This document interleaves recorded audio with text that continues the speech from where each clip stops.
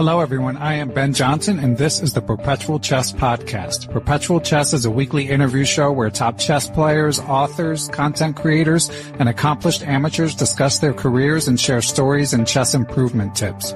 Perpetual Chess is a part of the Blue Wire Podcast Network, and we'd like to give special thanks to our presenting chess education sponsor, Chessable.com. For more information about the show, you can go to perpetualchesspod.com. But without further ado, let's get to the show. Hello, everyone, and welcome back to Perpetual Chess. We are here for a year in review edition, and we are joined by a longtime friend of the pod. He is an award-winning editor, journalist, and host of the Cover Stories with Chess Life podcast. He is here to help us discuss the top stories of 2022, as well as to catch us up on anything new with U.S. chess, his chess study efforts, my chess study efforts. So this will be coming out the last week of December. So good time to look back, look forward, assess chess, and welcome John Hartmann back to the pod. Welcome, John. Hey. Great to see everybody. Yeah, thanks for joining us as always. Always good to get your insights. And yeah, it just felt like a good time for reflection. It's been a crazy year in chess. One of the things that strikes me as I compare it to other years, especially the 6 years I've been doing this podcast, is this year more than any other strikes me as one where the biggest news was definitely away from the chessboard. Can you think of any other like landmark events away from the chessboard in prior years, John, that compare to this? It's hard to think of anything that really tops this year in terms of drama. I mean, you could sort of say that Fischer Spassky or Kasparov Karpov don't make as much sense without the background, but yeah, the chess did not speak for itself this year. This year it sure didn't. It was chaos.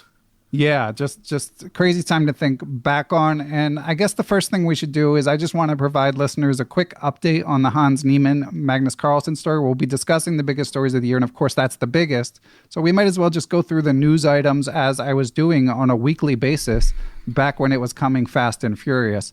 But a few things have happened recently. There were motions to dismiss the case from Hikaru Nakamura, Magnus Carlsen, and Chess.com. I would say that is the biggest story in terms of the litigation of it all. And I did reach out to Professor David Franklin, who was that was probably the most popular episode of the year when he broke down the case until now.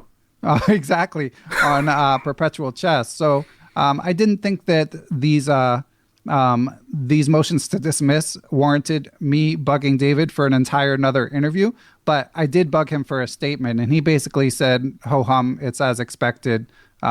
But I will continue to check in with him if there are material changes, as well as other legal experts. I know there are plenty in the chess community. So that's sort of the major development. And of course, Hans is playing, which I find interesting, as we discussed in with David Smerdon. To me, it's kind of unfair that the world works this way, but how he performs in tournaments may sort of contribute to the narrative that gets written down the line.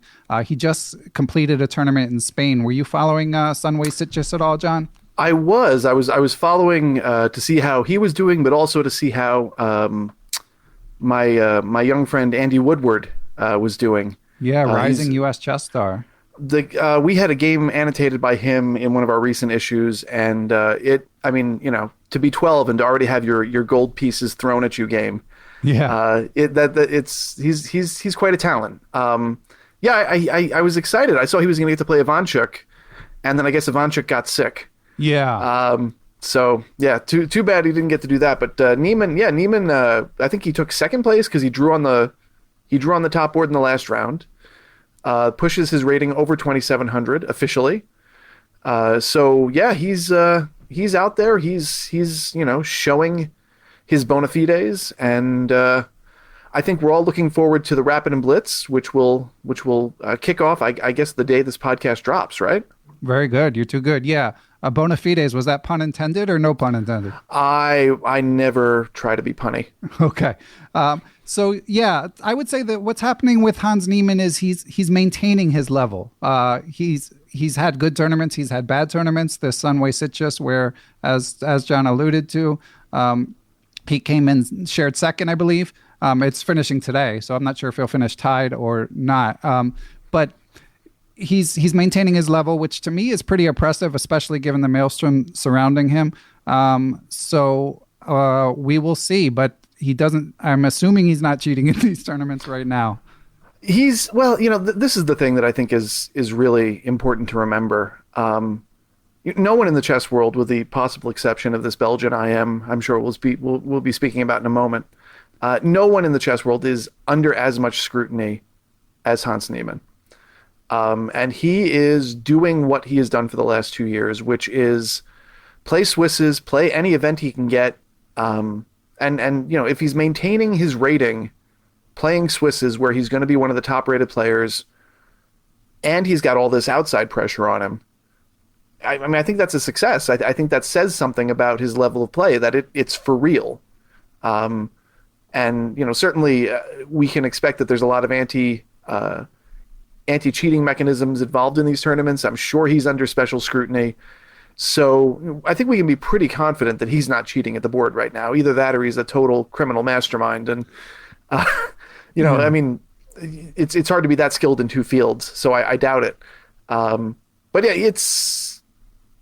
This is the story of the year. And it's unfortunate because I think, Hans has been sort of, whatever you may think of him, I think he's very good at playing the anti-hero, or, for wrestling fans, I mean, he makes an excellent heel. But whatever you may think of him, he's been put in a tough situation this year. To be a young person, 19 years old, and to be in public scrutiny like this, and to have your integrity questioned again and again and again, it can't be easy. Whatever is going on, I feel like just the fact that he's keeping his head above water is kind of a victory. Yeah, it's a fair point. Although one also must point out, of course, at least some of the situation of his own making. Of course, I've said before, I feel he was singled out in comparison to other online cheaters. But nonetheless, if he had abided by fair play rules and general decorum, he would not be in this situation. So that I think does need to be added. But yeah, overall, of course, as John alluded to, the other big story to track is with this FIDE World Rapid and Blitz, which for newer chess fans, I've mentioned before, it's one of my favorite tournaments to track. Real life Rapid and Blitz, they traipse across the world to literally all corners of the world to compete. And this one will feature both Magnus Carlsen and Hans Niemann. I mean, it's a Swiss, so they may or may not play, but it's many rounds. I think it's the Blitz, I think, is 19 rounds. So there's a good chance they'll end up playing sooner or later. There's also many of the other world's top players playing, including Nakamura himself, who, of course, just had a memorable victory over Magnus. So I think a lot of eyes are going to be on this generally. I always tune in. And I think particularly people are curious if Magnus plays Niemann, gets paired against Niemann, will he show up? What do you think, John? I mean, that's the question. I just wrote it's not the cover story. We put the U.S. Championships on the cover for January, but I wrote a piece trying to sum up the Niemann affair for the January issue of Chess Life. And that's the way I ended the story, is I said, look, one of the big questions I think is going to be what happens when they're paired? Because at some point, if it's not at the Rapid and Blitz, at some point they will be paired again. Does Carlsen refuse to play him? Does he refuse to shake his hand? Does he try to make an example and beat him over the board? But I think maybe even the bigger question is what happens when Carlsen plays another person who he thinks is a cheat. Yeah. Or when Nakamura is paired with someone who he thinks is a cheat. Do we get to the point where you get to refuse to play someone because you have heard a rumor? People are already talking about, it might have been in Sitkis, there was a Israeli player who played G4 in the database and won because they were playing an Iranian, and Iranians are not allowed by their federation to play Israelis. And there was some question about whether there shouldn't be something in the pairings to make it so that you could be not paired with people from another country or from another team or something like that. If we begin to take this, I don't want to say witch hunt, because again, Niemann did commit fair play violations at age 12 and age 16. Now you can say, all right, he's a kid. he shouldn't have done that. I mean, yeah, and you can take that sort of mitigating stuff into consideration, but at the end of the day, he did cheat. At minimum, we should say. At minimum, yeah. Yeah. He didn't. There's no evidence he cheated over the board, though. And then really we get to this question of, what's the relationship between private servers and FIDE? Should fair play results from one place be transferred to disciplinary hearings from another? And what happens when someone decides to take the matter into their own hands and just refuse to play somebody? I don't know. But we're going to see a lot of this in the next few years. And I think it's going to be interesting to see the way it all sorts itself out. Yeah, it will. And getting back briefly to the will Magnus play Hans thing, I mean, as I've said on the pod in the past, I think Magnus handled the St. Louis situation poorly. I think refusing to play Hans online was a poor choice. Even if he's 100% convinced that Hans cheated, I just don't think those were the proper ways to address it. And I do think it would be another lapse in judgment not to play him IRL now. But I will say that in light of the $100 million lawsuit, to me, I would have more of a grievance with Hans if I were Magnus now than I would before all this other stuff. So given all that, if they do get paired, my bet would be, again, he doesn't play, but we will see. He really likes these World Rapid and Blitz. He really wants to win. So it'll be interesting to see. Do we know if anybody has established a line on this? No, I'll set one right here, and listeners can hit me up for action. I say 75% Magnus will not play if he gets paired against Magnus. You taking the over or the under, John? I'm taking the over. I think at this point it's become a matter of principle for him, and I mean, Carlsen can be petulant. We've seen instances from him where he's been petulant. I'm thinking of the 2016 World Championship. Was it 2016 in New York? And he lost to Karyakin. Yeah, and he just stormed off, and understandably. But it seems like it's more than that at this point. Like it's become something where this is a very deeply held belief and principle, and I guess we're all gonna have to tune in. I mean, it's great for it's great for publicity. So the stream should do gangbusters when that game is on. Yeah, I agree. So anyway, it'll be interesting to track. But as John alluded to earlier, there's all these cheating stories bubbling up. And another one that has come to light in recent days, we're recording this on Thursday, December 22nd, is there was a Belgian IM named Doc X. I believe his first name is Stefan. Apparently it's pronounced Docs, because I did the same thing you did. I saw like the Microsoft Office extension. I was like, Doc X. It's a weird. Sounds like a rapper, right? That would be. This is the world we live in. It's either a computer file extension or a rapper. I mean, you could either way. Sure. Well, yeah, Docs. Okay, I apologize, and we're probably sounding like ignorant Americans at the moment. But I Am Docs was kicked out of a tournament, not for being caught with a smoking gun cheating, although there were some rumors about that, but for being refused to be searched as he entered a tournament hall after widespread suspicions had been percolating apparently over the years, but especially at this tournament. I've got some more details to share, but John, anything to add right here and now? Yeah, so I did a little reading about this morning because I think this story just broke yesterday. Yeah. Or at least it broke widely. So this is an IM. He's rated about 2450. He's been relatively consistent in that ELO zone for the last, let's say, 10 years. He made a big jump at some point from FIDE Master to IM Strength and got a couple GM norms, and I guess that's when some of the questioning began. But if you look at his games, I took a very quick look today. I mean, the games that he played in this tournament didn't seem outrageous. I mean, he lost to an 1800 in the first round. Yeah. So I'm not really sure what the exact issue was there, but there are some reports that he was caught red-handed. Yeah. That he was caught with the phone in the toilet. Right. So, this is going to be the next step. And for those of us who do over the board organizing on a local level, maybe it's not that big a deal because, we know everybody. And so, we have a club here in Omaha, frigid Omaha where I am right now. And, I remind people to turn their phones off, but I don't make them take their phones off, or, I don't make them hide their phones or not bring them to the hall. We know who everybody is. If somebody has a performance that is crazy, I mean, we usually can tell if that's them having a good tournament or external vibrations, for lack of a better word.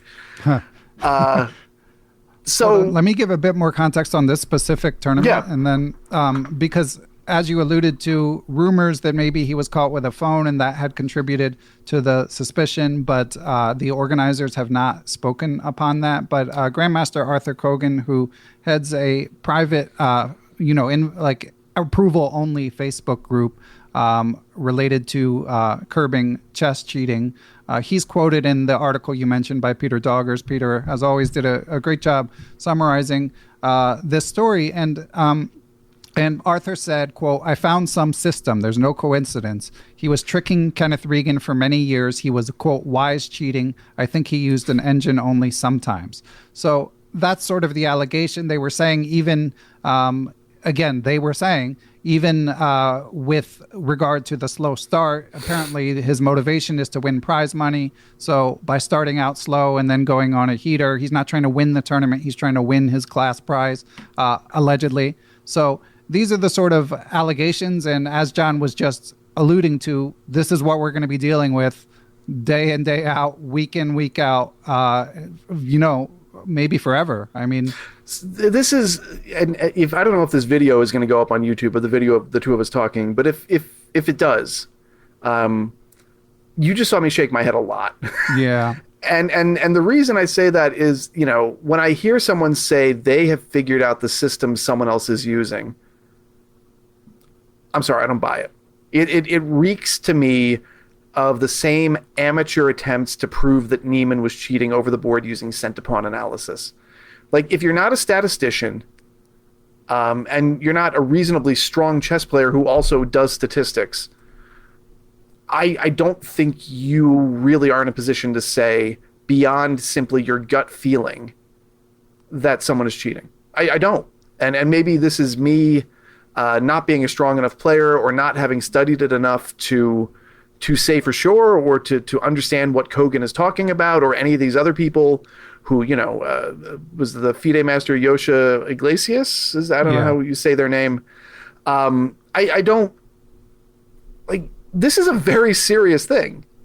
And if you don't have ironclad proof, then you're liable to be hit with a lawsuit. Like, this is where it's going.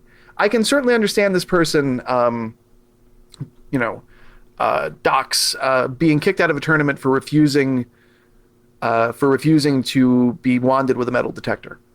Like, if that's the tournament rules and you refuse, I don't care what your reasons are, you're out, right? That's, if you sign up to play, you know what the rules are, you accept the punishment. And it certainly is strange, given that also there are reports that, and again, these are reports, I have no idea if this is true or not, but on a German website, they say that this person was caught cheating in Lei chess tournaments. Mm-hmm. So, there's smoke, but you need more than that to definitively prove that someone is a cheat. And this is going to be a very serious thing, not just for online chess, but, for over-the-board chess too in the future. We have to be very careful, and we have to get this right. I agree. The one thing I would add is in regard to what you're saying about, like, people combing through Niemann's games looking for suspicious games, that was ex post facto. That was, this guy's been flagged, now let's go look at everything he's done.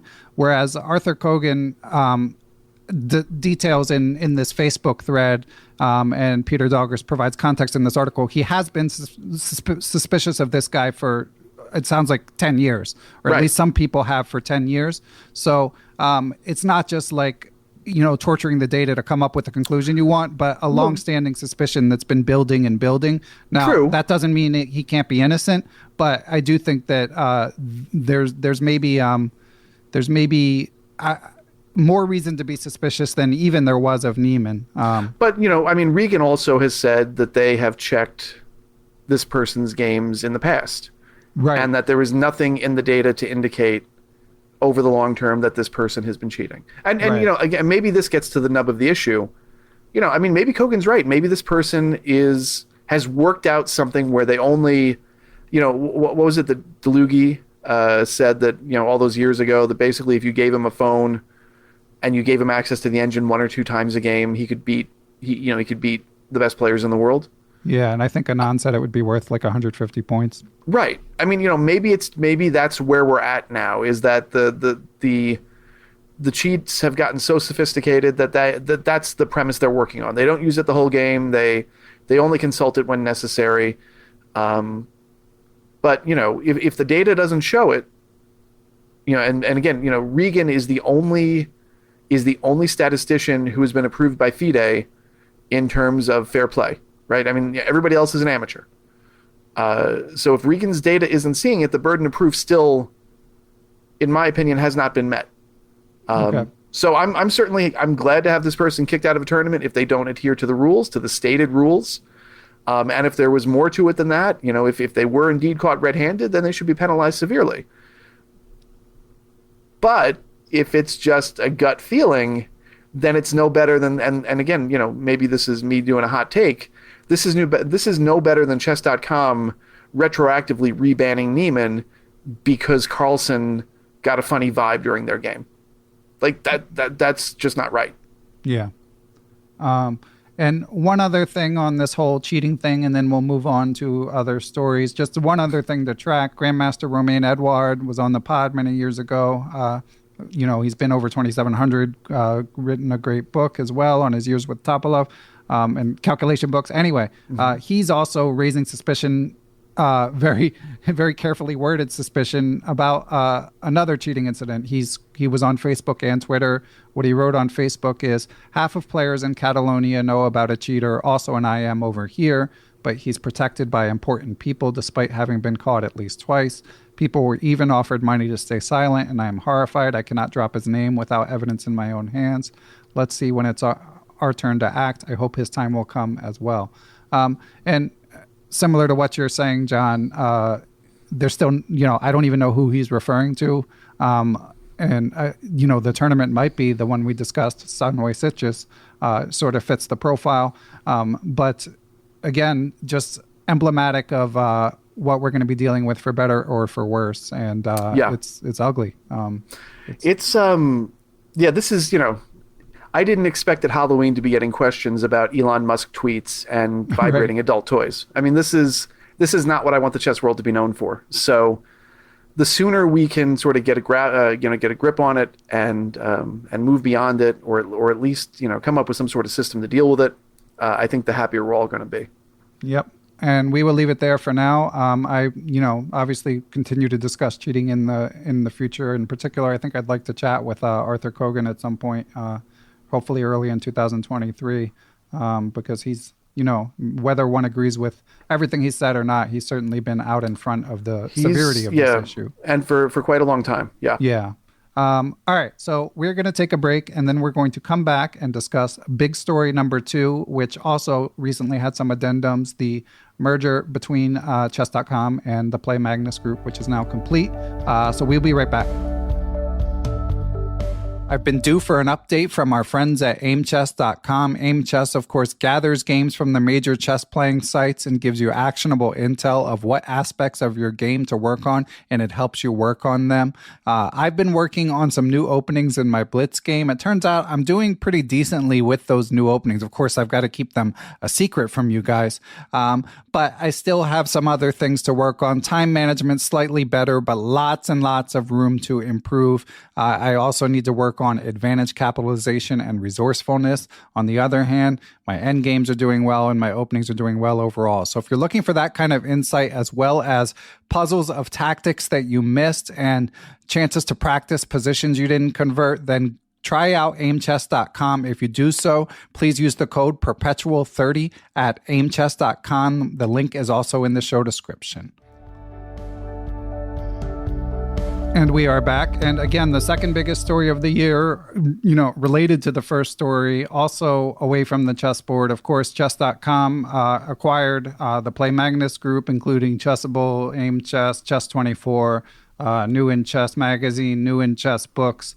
It's quite a large acquisition with lot of ramifications, and now it is official. As we record this again on Thursday, there was a big show that Danny Wrench did with a variety of guests, some of whom were from the group. I should say, I've had a partnership, sponsorship with both Chess.com, Chessable, Aimchess. Hope to continue them in the future, but I'm free to share my opinion, and that's what I will do about this, as will John. John, did you get a chance to catch any of the YouTube show going through the changes in the landscape from Chess.com? I did. So I kind of had a little bit of a heads up on this just because I'm an attentive reader. I was putting the final touches on my Niemann piece on the 16th or the 17th. And I'd seen in some of the paperwork on the Play Magnus website, there was an announcement by their the bank that was handling the advising for the merger that the merger was done. And so I kind of knew this was coming, and I wasn't really sure what they were going to say yesterday on the live stream on chess.com, but I figured this was probably what it was. It's a brave new world. I think the competition between chess.com and Play Magnus, but Chess24, I think it was great, and I think there were a lot of winners. I think a lot of chess players made a lot of money, and I think that's a wonderful thing. I am not sure what a virtual monopoly in the for-profit chess world means for the chess world, because as you said, there's a lot of elements that are wrapped into this merger. It's not simply that chess.com is taking over Chessable. It's that New Chess and Everyman Chess and Aimchess are all now part of the chess.com family, and from what it sounds like, the integration of the products is something that they are that's already well underway, or at least the thinking through of how that's going to work on chess.com's end is already well underway. So, anyone who has heard me talk on this podcast before knows that, chess books are an enduring love of mine. What does this mean for chess books? All right. Well, let's get back to that, because let me go through a couple of the top line sort of takeaways for people who didn't catch the whole broadcast. First, number one, the Champions Chess Tour, which of course was under the umbrella of Chess24 and the Global Chess Championship, are combining. A quote from the chess.com article that was posted is, "Now the two companies are working together to combine the best features of both competitions. The new event will be massive, with a cohesive year-long schedule and the biggest prize fund in online chess history, which will be $2 million. They'll be using the studios in Norway." I was a big fan of some of the broadcasts from Chess24 in Norway, really big fan of the broadcasters. Shout out to David Howell and Jovanka Hauska and all the others. So they were a bit coy about what's going to happen with all those broadcasters, but they did say they'll be using the studio. Magnus is signed now as a chess.com ambassador, which it sounds like maybe is even sort of layered on top of the deal which they acquired his company. It sounds like he's going to be playing more Title Tuesdays, certainly more chess.com events. The Pro Chess League, he signed a deal, but it sounds like he doesn't really want to play. He said it basically sounds like he's on retainer with a team, and he may or may not deign to show up. I will say for any of those who are listening for the Pro Chess League, if you need an absolute bottom board, I'm free. Just putting it out there. I want that stage for all my blunders. Everybody already knows I'm a potzer. It's fine. But yeah, so it'll be so Magnus will be doing a lot more on chess.com. There's going to be more stuff. I'm sure we'll get more chances to see him play Hikaru. We should also say Magnus, they were discussing sort of the speeding up in chess, obviously, the move of chess online and rapid. And Magnus had a notable quote: "When it comes to regular chess, I feel that classical will probably be phased out a little bit." John's going to be shaking his head for this too, at least at the top level. At least that's what I think should happen. I think the possibilities for discovering new ideas in the opening especially are somewhat limited, and you can see that in faster time controls, there's still more than enough scope to play, and the game works in a great way. Obviously, that's only at the top level. At other levels, it doesn't matter as much. Anyway, that's already a lot to discuss. Yeah. There's more news items, but let's stop there with the news and actually discuss. I think the biggest part of this, I mean, aside from the two tours merging and hopefully being able to coordinate schedules better with existing over-the-board premium events, the biggest part of this is Magnus becoming an ambassador for chess.com. Yeah. And it raises a lot of questions, I think. And, this is, and I'm speaking only for myself here. I'm not, but, towards the end of my January article, I asked about what happens when one of the largest bodies in chess has a commercial interest in the success of one player. Is that a conflict of interest we need to be worried about? Is Magnus's desire to have faster time controls? I mean, he has justifiable reasons for that. I mean, as much as I love the U.S. Open, the days of the 9, the 1-a-day 7-hour games, those days are gone. They don't make sense anymore in today's world for, a number of reasons. But that said, if you design a tour that is really around the whims of one person, what does that mean? And when you're making business decisions that, are based upon the desires of one person or the thoughts of one person, or, again, I mean, to say it bluntly, I mean, I keep going back to what I saw in St. Louis. Well, I was there for the first round and the opening ceremony of the Sinkfield Cup. Danny Wrench was there, talking to lots of people and glad-handing people. And if we read between the lines, he was talking to Niemann and telling him that he was welcome in the Global Chess Tour, in the Global Chess Championship. And then 3 days later, because Carlsen didn't like what happened, he's not there. Like, Niemann's out.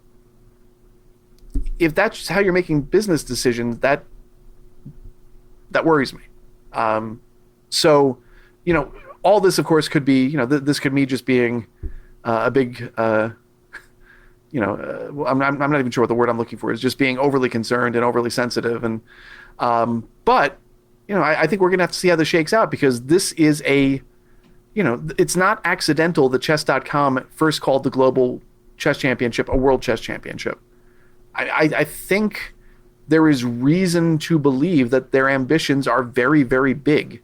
You don't have a $2 million prize fund without big ambitions and thinking that you can make money while giving away $2 million. So, if they can do it, it's great. And certainly, I'm glad to see top players get paid. I think Title Tuesday is a gold mine for tactics, and also for, normal run-of-the-mill masters to get to play the top people. It's all great.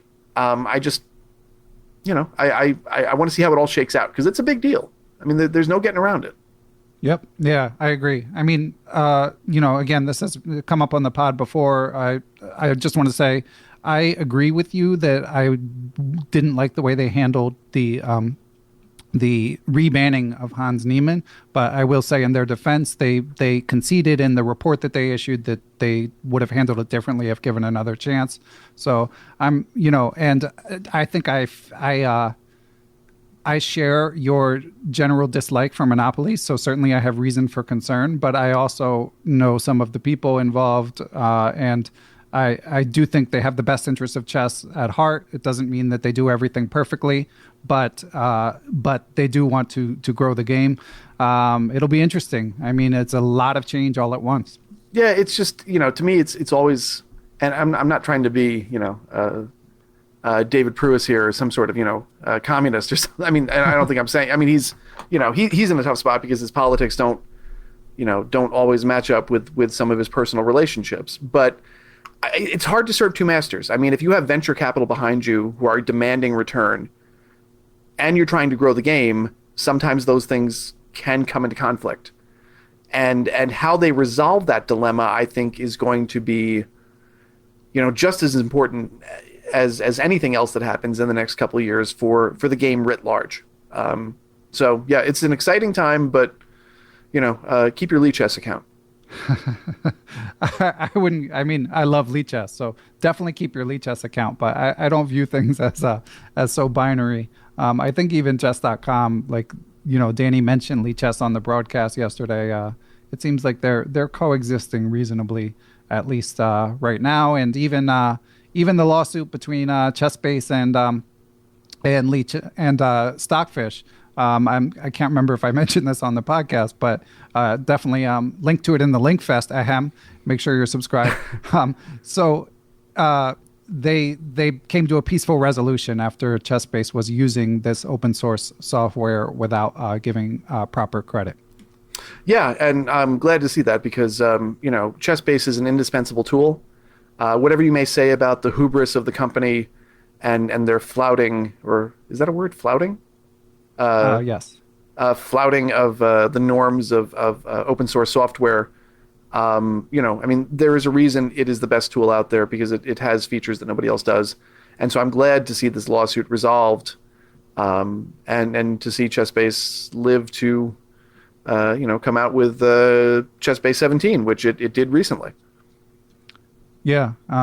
And one other thing on the merger front, there was what I consider to be good news. I think no one will really object to this. One other sort of downstream implication is a lot of the biggest chess.com names will be coming out with Chessable courses. So Levi Rosman, and they alluded to Naroditsky. So that should be fun. They presented it as, and I think this is true, the platform of chess.com does give an opportunity for creators across the chess food chain to potentially derive more income because they'll be serving chess.com's massive audience. Although they are going to remain separate sites, Chessable and chess.com, for the foreseeable future. So, yeah, I mean, we could go on for hours. But this is one of those things where it's like you could spend hours pontificating, or you could just say a few things and wait and see what happens. And I'm kind of. I just want to keep talking, Ben. Come on. Anything we have to add on this topic before we? No, I mean it's. I think it's a big deal, and there's no getting around it, and there's a lot of ramifications that we're gonna have to see how play out. I'm excited to see some of these authors get to work in a different medium, so to speak. And I suspect that they will be very, very popular offerings from Chessable. Hey, I'm all about chess players making money. So yeah. I think that's a good thing. Before we do move on, I did cut you off earlier when you were discussing the implications for books, which this is a proper place to discuss it. So, well, I mean, that's the thing. I hope that we get some new authors. I hope that the books are well edited because there have been quite a few books that have come out recently that have not been well edited, and I understand that that's me being very particular, but if you stare at chess text all day, you begin to see what is well edited and what's not. So my hope is that quality does not go away when sacrifices have to be made to service debt or something like that. That's all I worry about. Yeah, I mean, I just always rooting for chess books. Absolutely. as regular listeners know. All right, we got to take one more break, and then we get to actual chess. Although, again, everything's interrelated, but we'll discuss the World Championship cycle a bit when we get back. Perpetual Chess is proud to be brought to you in part by our presenting chess education sponsors, Chessable.com. Chessable, of course, uses spaced repetition to help you remember tactical patterns, opening sequences, whatever aspect of your game that you're working on, and they have a huge library of awesome courses.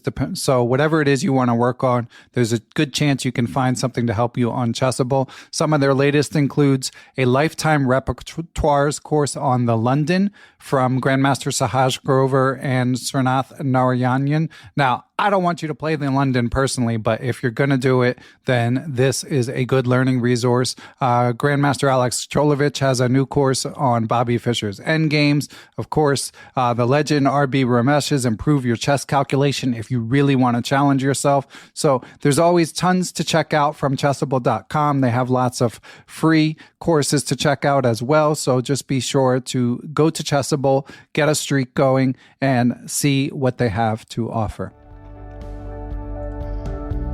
And we are back, and the big story number 3 actually relates to the chessboard. I think in a normal year, this would have been the biggest story of the year, specifically that Magnus has stepped down from the World Championship cycle. But as it is, comes in third to the aforementioned topics. And of course, this means that, as has been discussed previously, Nepo and Ding Liren will be playing in 2023. It's rumored it will be in Mexico, although I don't believe that is confirmed. That would be great if it is. I think it's a pretty good rumor. Okay. Just because if you're reading the tea leaves, if the executive board for FIDE is going to meet in April somewhere and it's Mexico City, and that's also where the World Championship is scheduled to be. Okay. That seems pretty logical. Okay. Well, that's good news as far as I'm concerned. Out of the Russia, what's the word, vortex, yes, and not far here from the U.S. I'm sure some American chess fans will make the trek.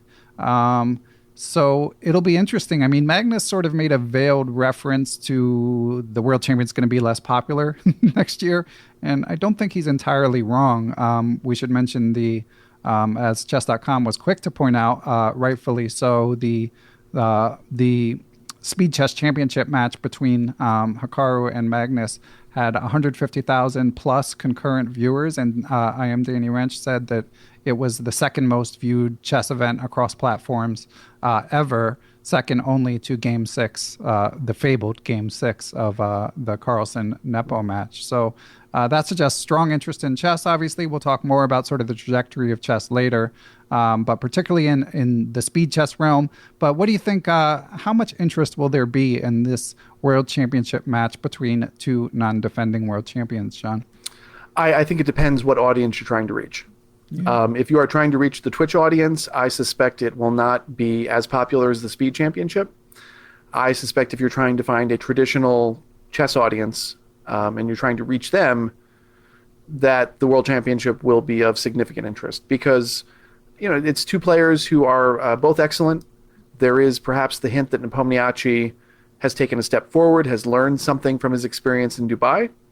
His performance in the candidates was certainly indicative of a maturing player.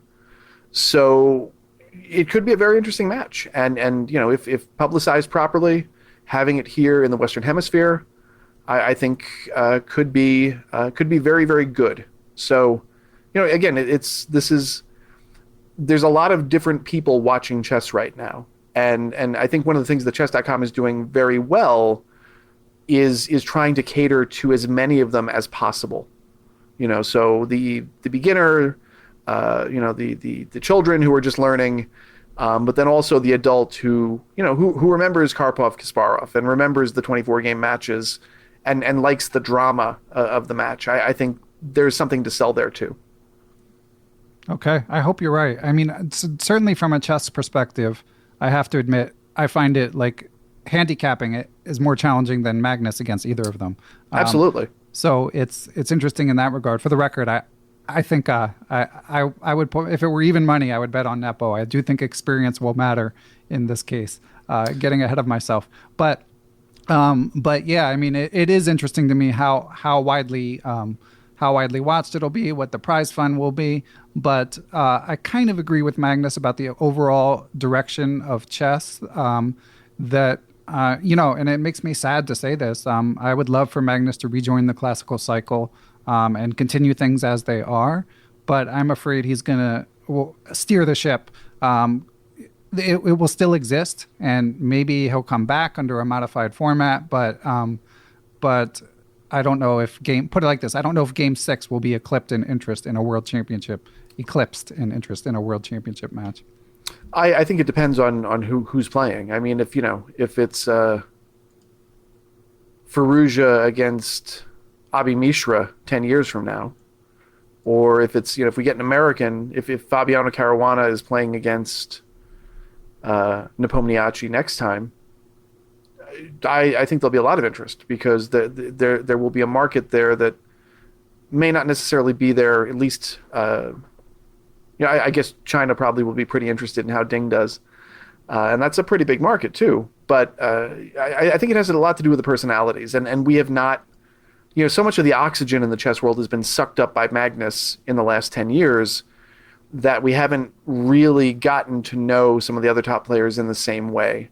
And whether that be because they are, shyer, or I'm actually told Ding is hysterical, Oh, really? but is just very nervous about his English. So, and he hasn't been helped by the difficulties by being a Chinese national in the time of COVID with all the travel restrictions. So we may find out that he's just a delightful person and is very photogenic. I don't know. I mean, maybe there is something there that we'll learn in April. But either way, I'm excited to see what's going to happen. I think it'll be good. It'll be nice to get some new air into the game. Okay. All right. Well, I'm glad to have you paint a rosy picture there, and I had not heard that about Ding's comedy stylings. So that's something I'll be looking out for. And on the topic of China, just a quick update for listeners on the Women's World Championship cycle. Surprisingly, to me at least, we have an all Chinese woman semifinal now.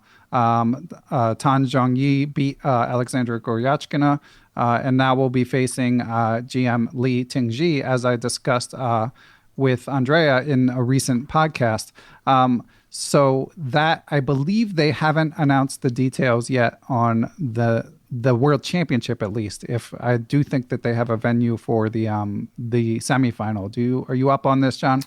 I've been trying to keep track of it. I have to admit, it's been, the way that they set up the women's candidates to avoid Russians playing Ukrainians, really, for me, it took a bit of the wind out of the sails, because it was there was no way to avoid the politics. And I think even the participants were pretty annoyed by the way everything worked out. So yeah, it's something that I've been keeping my eye on, but I have to admit, it's not been a priority, just for me to track as heavily, mostly just because it's just been, the subtext has been tough to watch. Yeah, well said. I know Alexander Kostyanyuk, who's of course Russian, but has been outspoken against the war, as one should be. She's voiced some frustrations about how the whole thing was organized. Yeah. So that's another thing to watch. But I mean, to me, when I thought back about 2022, John and I both, first thing we have to do is look at a calendar and see what happened when, because who even knows? Like, time is a flat circle. Who knows what happened when? Oh my God, it really is. This year has been the longest. I mean, it's weird to say that because the last few years have all been long, but I think it's been this drip and the drips of hope you get, and then Omicron comes in, or some new variant, or everybody else is getting, and like I don't know, you have kids, and I bet a lot of listeners have kids. Like, everyone is sick right now. Yeah. And it's been a long year. I agree. But once we pieced it together, I think those are the three big stories. So we're going to catch up with John. And, definitely. Well, I've got a few. Can I kick a few more in, just from a sort of, sure, yeah. Because my beat is really American chess. Mm-hmm. And so what happens on the continent, so to speak. I've noticed a few things that I do want to talk about really briefly. There's been a big return to over-the-board chess, which I think is fantastic. COVID is not over, especially for our immunocompromised friends. COVID will never be over. But this is also the world we live in, where people are going to do what they're going to do. So, we had 2,500 people at the K-12. 2,500 participants. That blew our last record out of the water. So that's the national champion, one of the two big flagship scholastic national championships here in the U.S. Yep. So we have a grade championship. So every grade from K through 12, kindergarten through 12th grade. 2,500, I think, was our biggest ever. And by all accounts, it was a raging success. We've also had a lot of norm events in America recently. There are a lot of groups popping up to do norm events. I mean, you always have, the big Swisses, the Goichberg Swisses, and some of the other people, Al Losoff in Vegas. But we've had a lot of norm events too. The Charlotte Chess Center, which is just, growing every single day, it feels like, and doing more and more and growing chess more. They have regular events. 1,000 GMs in St. Louis and California doing these events. There's somebody in New York City doing them as well. It's fascinating to see how this has exploded as a feature of the American chess scene. So yeah, to me, that feels like the biggest stories in American chess is, over the board has come back, these norm events, attendance at the big Swisses is coming back. I'm excited to see it. And we got all these kids coming through who are just absolute monsters. Ryo Chen and Andy Woodward, and of course Abi Mishra. And you get a little older. I mean, you get a Wonder Liang who wrote the story for the U.S. Championship, wink wink, in Chess Life. I mean, he's a college kid, and he just had the tournament of his life in the U.S. Championship. So, future's bright. We just got to stay healthy and let them all shine. You got to shout out Christopher Yu too. Oh, how could I forget about my man Christopher Yu? Yeah. I beats Wesley So at the U.S. Championship. Yeah, amazing. I think he's going to be one to watch at the Rapid and Blitz because he is a monster at quick time controls. So yeah, he's going to be in Uzbekistan and he's going to be playing. So let's hope he does well. And John, are you privy to the overall numbers? Like, I can gauge the popularity of chess through my podcast, which maybe isn't the best gauge. But how is U.S. chess membership? How is tournament participation?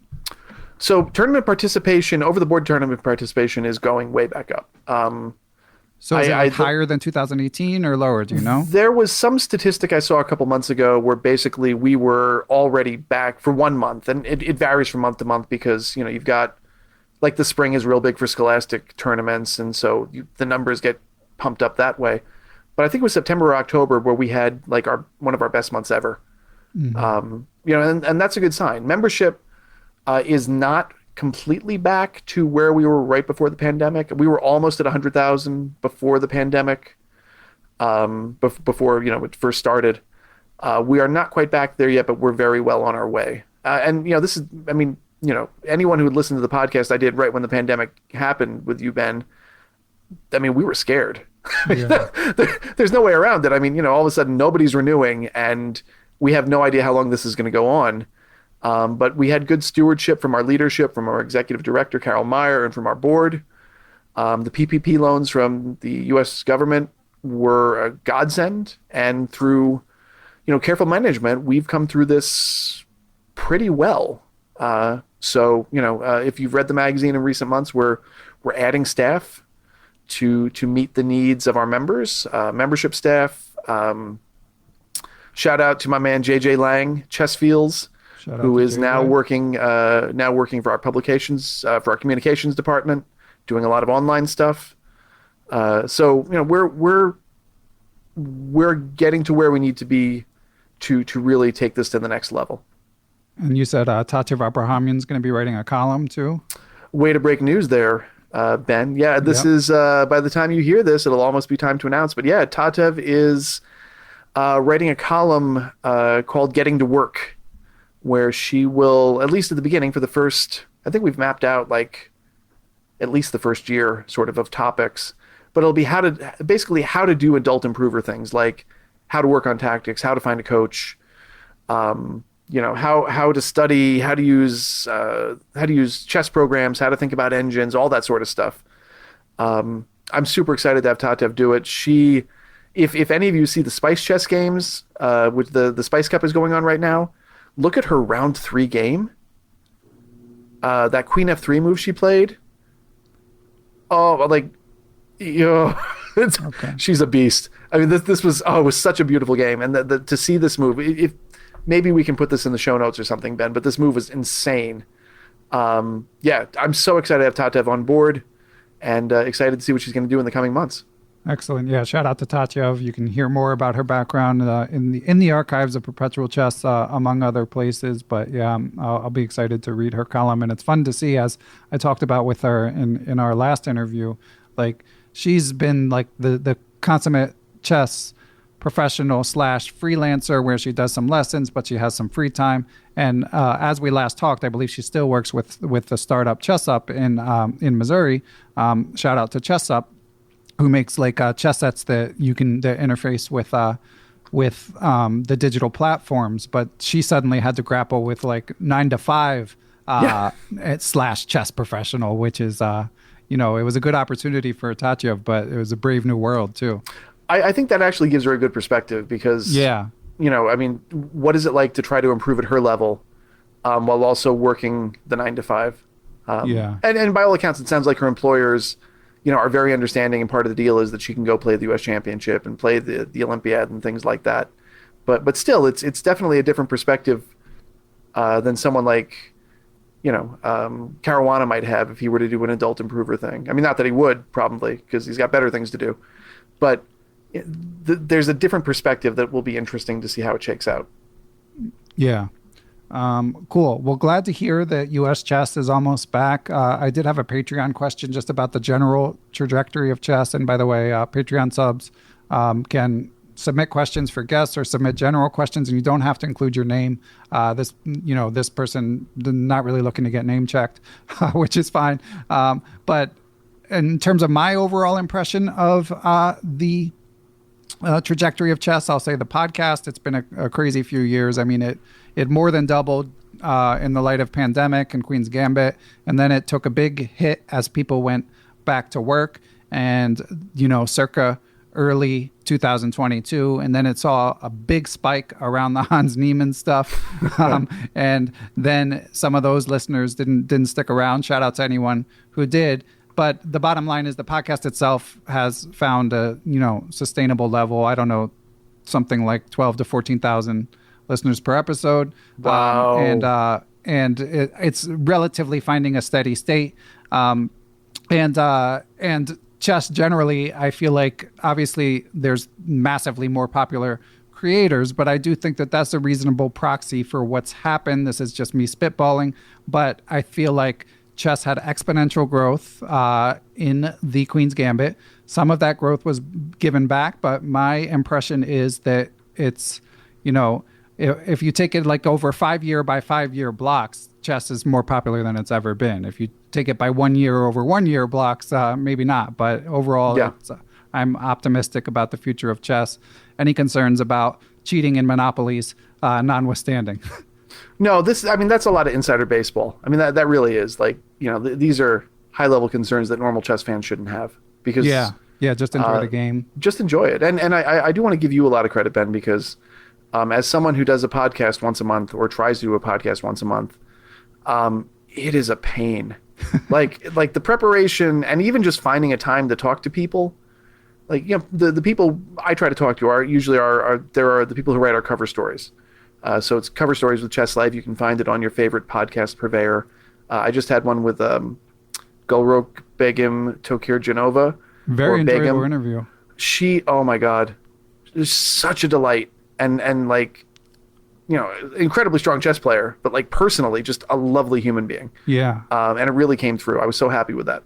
So she's also playing in the Rapid and Blitz, and maybe she'll write about it for us. We're trying to negotiate that at this point. But yeah, that you do this every week. I mean, my God, Ben, you deserve a medal. I've mentioned before, I love it. So, the scheduling and stuff like that can be frustrating at times. And like, I'm not a huge attention to details guy. So sometimes I forget to, forget to update one web page or another. But I mean, in terms of like to have my job be to sit and talk chess with people, I cannot complain. It's a dream come true. Yeah. That's, I feel very much the same way. I mean, to get to be editor of Chess Life, like that is, I mean, if you told the 12-year-old me that, I would have, I don't know what I would have done, but I probably would have been a lot of profanity and like, you're lying and there's no way that'll ever happen. And why are you from the future? And how do you know these things? Are you the Terminator? That sort of thing. No, it's very fortunate. I feel incredibly blessed in about 80 different ways. Yeah. All right. Well, John, only for the hardcores, I'm going to give a update on my tournament chess game and invite you to do the same. But before we do the only for the hardcores, is there any chess news that we should cover for the, general listening populace who knows better than to care about how my chess games are going? I think we've covered the big stories. I mean, there's interesting tournaments coming up. I'm excited to see what Tata Steel is going to be like. Yeah, I think that's going to be nice. They've got. I like all the young talents in that's Tata why Steel. It's my favorite tournament of the year, and that's exactly why, because they bring in they bring in the top kids and give them a shot at the leading pros, and then it's mayhem.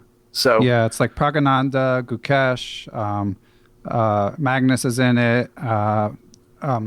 Anish Giri, as the Uzbek always. kids, Jordan Von Forest. how do you say it? Nota, whatever his name, Abdusatarov, yeah. thank you for saying that. And Mishra is playing in the B group, I think. So I'm super. I mean, it's going to be great. That is definitely my favorite tournament of the year. Yeah. I'm excited for that one as well. That's coming up in mid to late January, and actually going to try to have a correspondent on the scene breaking some news here. So more on that later. I mean, it'll just be enveloped in the regular podcast, but we'll try to have a reporter too from Tata Steel.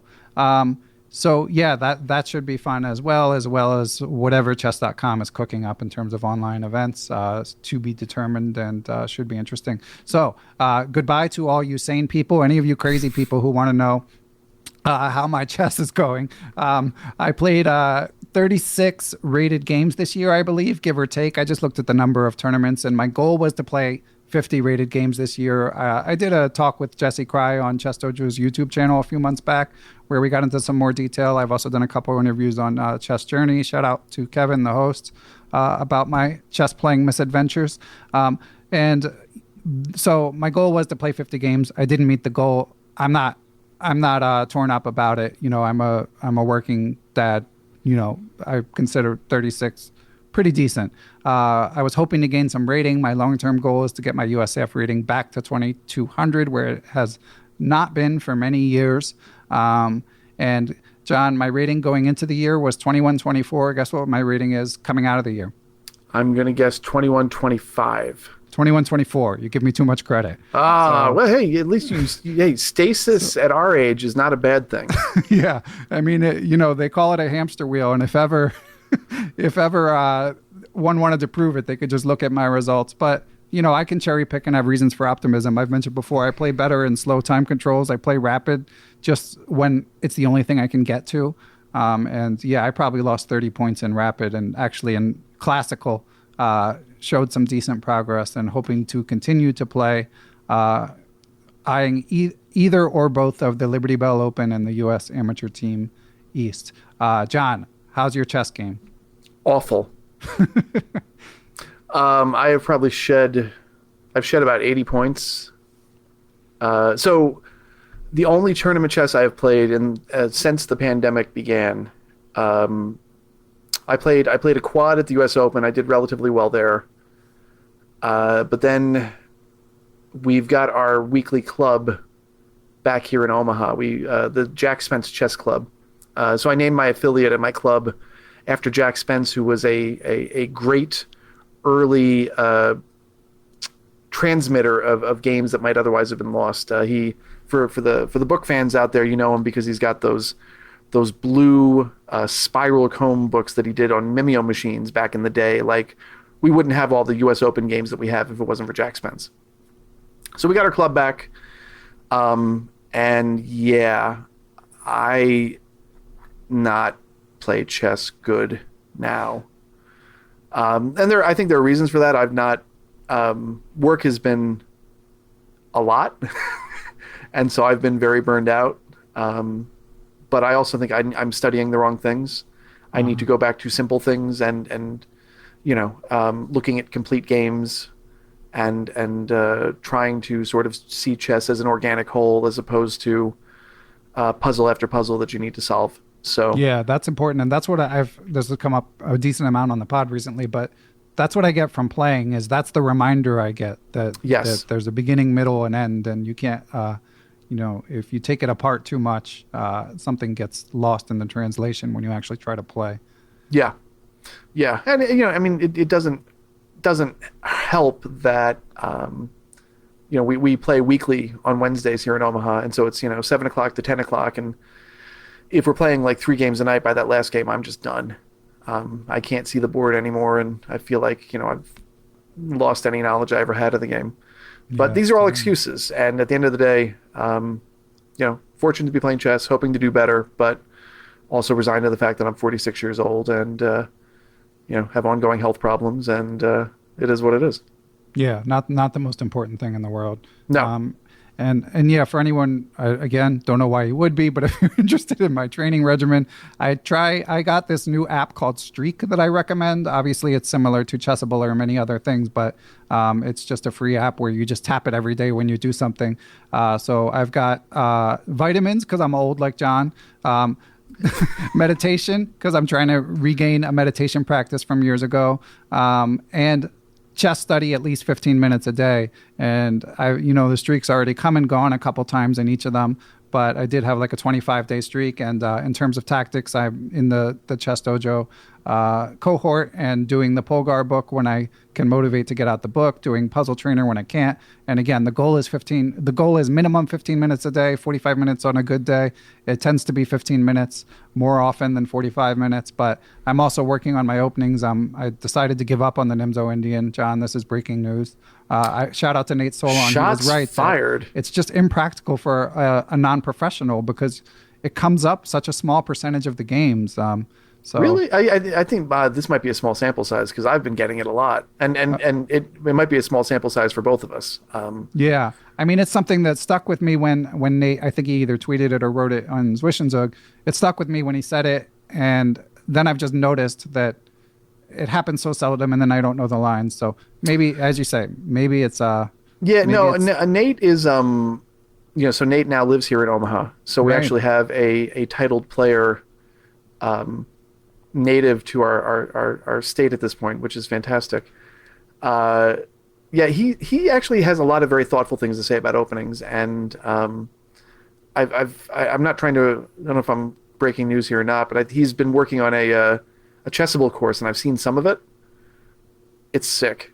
I mean, it's and the thing I like about it is also it's something that is digestible and manageable. So anything Nate has to say about openings, I take very, very seriously. Yeah, likewise. So yeah, I also review openings on a daily basis. I don't really count that as my chess study, but I do it here and there. But as I said in the Joel Sneed pod recently, for me, what playing a decent amount this last year has reminded me is that playing is the best way for me to improve, whether it happens or not. But it's the best hope I have. Okay. Well, John, I guess for listeners who haven't heard like all of John's prior interviews, he got his start writing about chess as an amazing book reviewer. His archive is still online of lots of the classic books. So he knows his chess books like few others. So last thing before we let you go, John, I would be remiss if I didn't ask if I know you're super busy, but have you managed to check out any new books lately? I have been checking out books. I do not get books anymore from the publishers. They go to our book reviewer, international master John Watson, who certainly is only one of the many reasons to subscribe to Chess Life. By the way, we won Chess Magazine of the Year this year from the Chess Journalists of America. So definitely a good reason to subscribe. Yeah, even if you're not in the U.S., you can get the digital version. Yep, you can, you can get the print version too. It ends up being there's a $25 surcharge, but we send it anywhere in the world, so it's still cheaper than New in Chess or American Chess Magazine when you figure you're getting 12 issues, including the U.S. Chess membership, and still cheaper. So just putting that plug out there. It has been a big year for books. There's been a lot that I have not looked at, but these are some of the ones I have looked at. I actually went. And they're sitting right here. I pulled them off the shelf. So I'm going to take a look at these real quick. Might as well go by publisher. Russell Enterprises has done two books that I'm really, really excited about. So they took Reinfeld's Immortal Games of Capablanca and translated it into algebraic and put it out there at a reasonable price. So, Reinfeld's books get a lot of stick for, beginners books or... there's much better now that the engine just destroys them. Okay. I mean, chess literature has moved on and, certainly you can punch holes in any book. I mean, I know somebody who was telling me they were punching holes. Their 2300 student was punching holes in Ramesh's book. The calculation book from New in Chess, which is, very popular this year. I think, definitely an excellent book for people who are working on that sort of thing. That said, I think the Reinfeld book fills a need. I think there's not a lot of short, understandable books about great players, and this is it. I mean, there's not a lot of fluff. It's here's what happened. Here's some moves to think about. Here are the games, and it's something that you could sit down and over the course of a month or two play over 100 of Reinfeld Capablanca's best games and learn something along the way. Robert Sherwood also did a new edition of the tournament book on Cambridge Springs 1904. This one's definitely for the hardcore. It's a lot of games by players that you may not have heard of, but the analysis is good. He combed a lot of sources, and the games are fascinating. So if you're a completist, if you like tournament books, this is one of the better ones to come out recently. There's a player named Albert Fox who played in that tournament. Not many people know about. John Hilbert just published it's like 600 pages, a book on this American player who led a fascinating life on and off the board. Great tactical player, matched wits with the best players in America, but was also like a diplomat and a newspaperman and led a really interesting life. That one's out from Moravian Chess, so it might be hard to find, but for the historians out there, I think John did a bang-up job, and we'll actually be doing a Wednesday workout on the US Chess website. Every Wednesday we do like a set of tactics puzzles, and we also have just started providing a downloadable PDF so that you can print it out and then look at the diagrams and then solve them. And that's free. So like anybody in the world, if you're listening, every Wednesday or most Wednesdays, come to uschess.org. You'll get free puzzles to solve. We're going to do it based on some of the games that are in the Fox book. Let's see what else. New in Chess put out Kavalik's Kavalik's memoirs. Yeah. It is. I'm a little sad that it sort of ends where it does because unfortunately he passed away before he could finish it. But it ends like in 1993 when right about the point when he broke with Nigel Short. But like learning about Kavalik's life, how what it was like to live under communism, how he escaped, how he made a living, his encounters with all these people, and the games themselves. I mean, Kavalik. I didn't know Kavalik's games before, and I mean not that I really know them. But at least I looked at some of the games, and he was a brilliant tactical player, a romantic, life's almost like Tal in some ways. Just great book. It's a shame it ended the way it did, sort of cut off, but definitely worth reading. And the games are fantastic. I just know Gufeld Kavalik, one of the craziest games of all time. John Watson, actually, I believe that is in the December or January issue in his review. Okay. So he did a review of the book, and that's in there along with another game. Was it Portish Kavalik, I think? I could be. And for listeners not familiar with Kavalik's legacy, he was, as John alluded to, a Czech-American player who emigrated from the Czechoslovakia before it collapsed and came to the U.S. and made a career as a journalist, just an elegant speaker, beautiful writer. He had a chess column in the Washington Post for a long time. And then Huffington Post somehow he was doing a chess column. I don't know how that happened. To have a memoir from this eloquent chess figure who had knew all the legends, played all the legends, even if it's incomplete, I'm certainly excited to check it out. It's definitely well worth a read. Yeah. So Michal Marin had two really interesting books. One of them was with Quality Chess on Bent Larsen. Coming soon to the pod, Michal Marin. Well, I asked him about his other book. So the other book is the one I'm actually really fascinated by. It's put out by like a Spanish publisher I'd never heard of, but it's on Samagin, Vladimir Samagin. And I'm assuming this is a book that he wrote because he found Samagin's games and were interested in them and just wrote this book. But I mean, the games are fascinating, and it's someone that most chess fans don't know anything about. So I'd be very curious to hear like why he did this and how he came to publish with this publisher. Okay, I'll have to track it down and do some prep. Thank you. I would have shown up. I've already read the Larsen book, but I would have shown up unprepared. Yeah, it's hard to find in America. I think I had to order it from the publisher, but definitely should try to get it. Jakob Aagaard, also with Quality Chess. You've heard of that guy? Yeah, his Matter of Endgame Technique. That's got to be book of the year, right? It's amazing. Yeah, I can't believe Can't believe he wrote that much on top of his other It's responsibilities. yeah. Well, I mean, yeah. Well, I think. I think he just like saves up training material and then like is able to find ways to use it later. But I mean, this is a book definitely for stronger players. It's probably one of the things I've learned since I started reviewing many years ago is that it's important to know the level that you're at and that you should be reading at.